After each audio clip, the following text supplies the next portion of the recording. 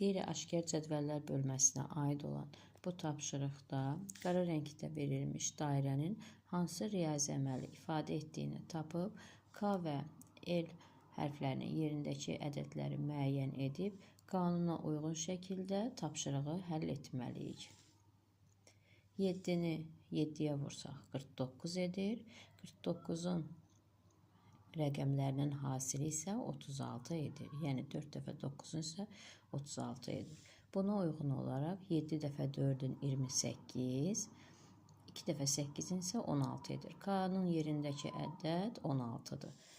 L-in yerində isə 7 ilə 9-un hasili 63, 6 dəfə 3-ün isə 18 edir.